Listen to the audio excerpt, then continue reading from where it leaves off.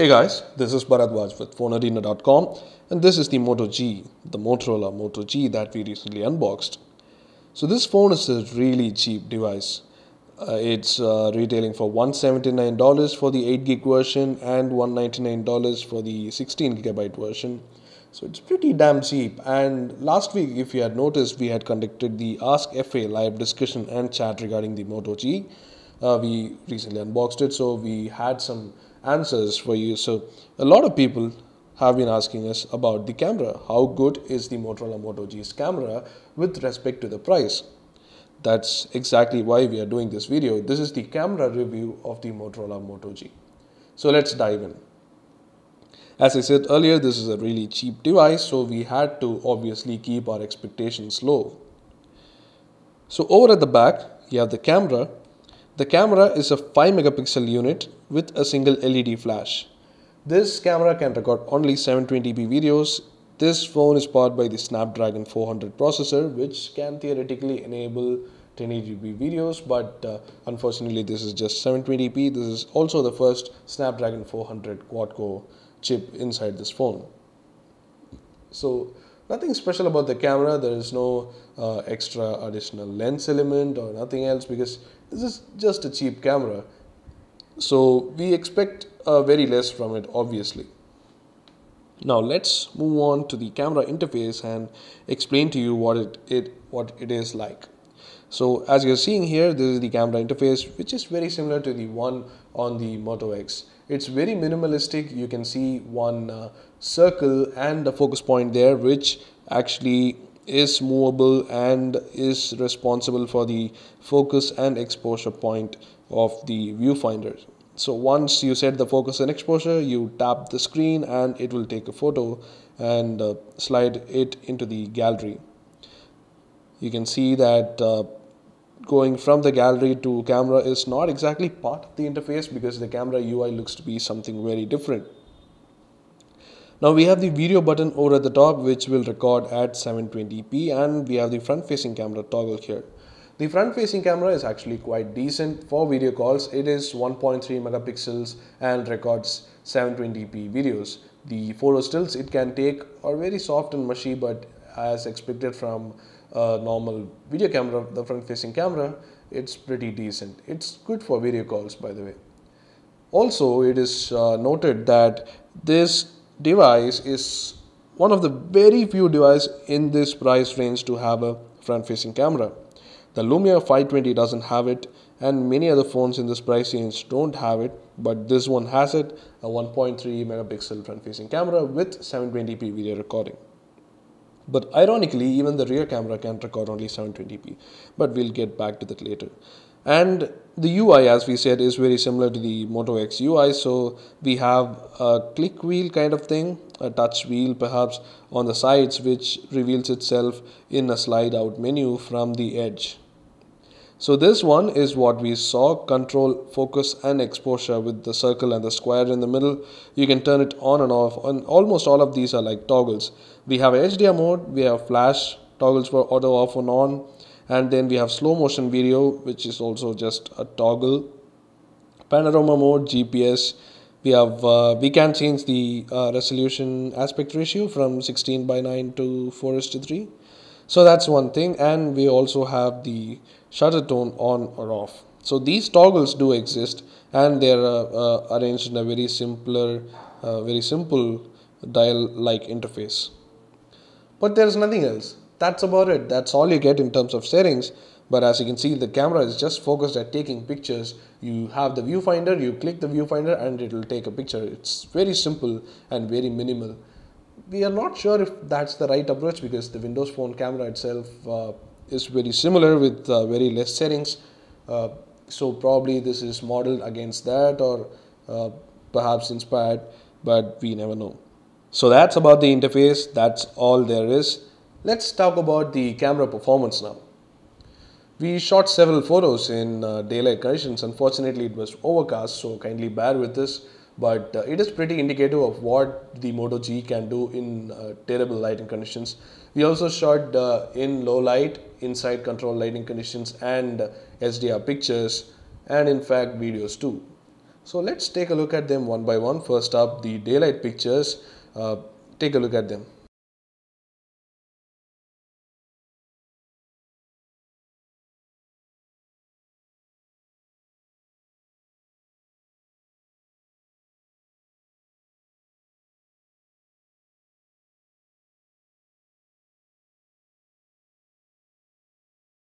As you saw from some of the daylight pictures, they are pretty okay, but all of them have a bunch of noise, color noise here and there, and even lack of details. For example, in foliage, you can see that it's like a painting here. So, not exactly great, but pretty okay for the price it comes at.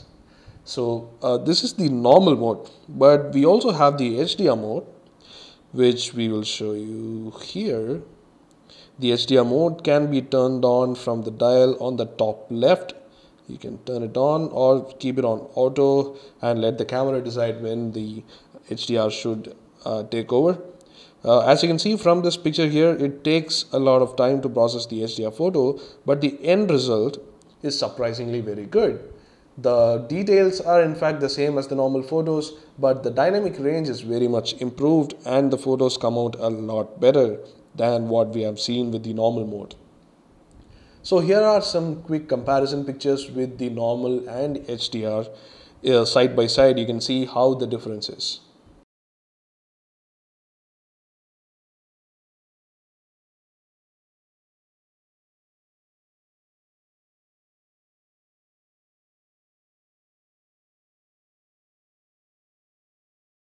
Well, as you can see from these pictures, the HDR mode is much better, but it unfortunately comes with the shutter lag delay, which will not let you take instant pictures. But even then, without HDR, we don't think the shutter is that fast. As you can see from here, it takes a picture and then after a second or so, it registers the picture in the gallery. So that's pretty much the HDR mode, which is much better than the normal mode. So in case of a static motionless image, it is advisable that you use HDR on the Motorola Moto G. So that's the HDR mode. Let's move on to macro shots. Now macro is pretty easy for most devices and Moto G is no exception. It takes pretty good macro shots, nicely detailed, a lot of pictures we have seen it take with really nice details, but obviously it cannot lock the focus very close. We struggle to focus in a lot of conditions, but macro is very hard to focus even with the touch and exposure ring set to the closest distance. So that aside, the pictures are really detailed, and even here the HDR mode shines with the camera details. Here you can see how sharp and how saturated. It's more natural than the normal photo that we took. So here are more camera samples in macro mode if you want to see.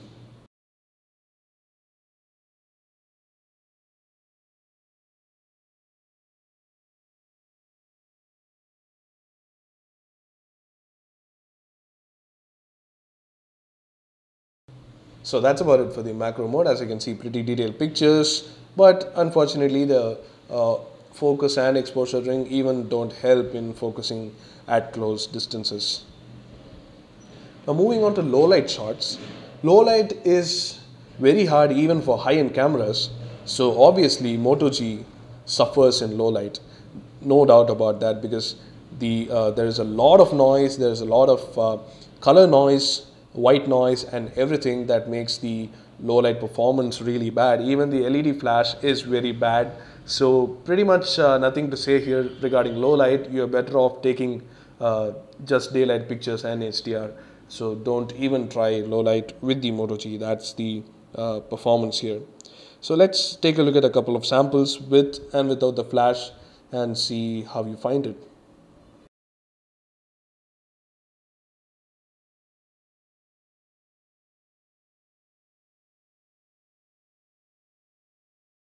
Well, that's the low light samples for you. Now moving on to video, the Moto G can record 720p videos at 30 fps You can see the viewfinder changed to a 16:9 form factor here just by tapping the video button on the screen. So it is nothing special. Again, like the photos, the videos are not as detailed as you'd like, and even then we found the video to be very underexposed even in pretty good lighting. So that's the Motorola Moto G's video performance. You can take a look at the sample right now.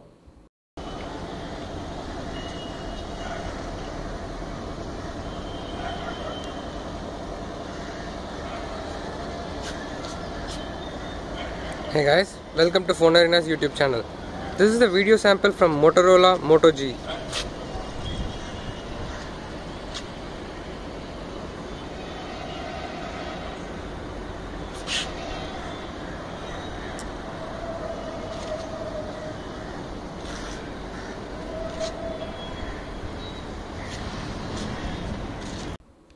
As you can see, the video quality might be pretty less, but thanks to the secondary microphone over here on the top, the Motorola Moto G can record stereo audio in videos, so at least the audio is pretty damn good. Also, we think it'll be much better in brightly lit conditions, leading to lesser noise and better details. There's also one more thing in terms of the video mode, that is the slow motion video mode.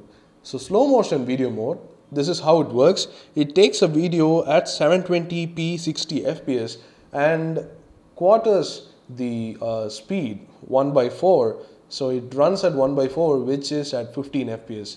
We have a slow motion video sample for you, so take a look and see how it performs.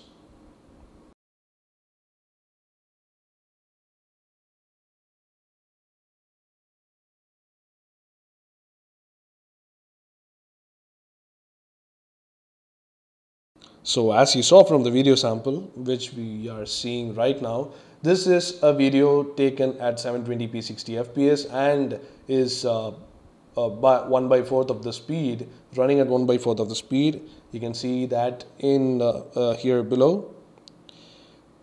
So not exactly fluid slow motion, 15 fps is kind of staggering, lagging in terms of frame rate. So not exactly smooth you usually see on other devices, but at least it's something that's there on the Moto G. So that concludes the camera review of the Motorola Moto G. In the end, we can sum it up as a pretty decent camera for the price. It's not terrible, but it is kind of useful for at least photo sharing on Facebook or Twitter or on several social media networks where compression and low resolutions are always the norm. So it's not going to be the best camera with you, but if you already have a decent camera, for example a point and shoot or a DSLR, then the Moto G should be perfectly fine for you, because it takes decent shots in brightly lit conditions, and the HDR mode surprisingly works well. So that's about it for the camera review. Do let us know what you think in the comment section below. You can also check out the full resolution camera samples in a blog. The links are in the description below. Again, thanks for watching. Do hit the like button if you liked it, and do hit the subscribe button if you want more videos like these.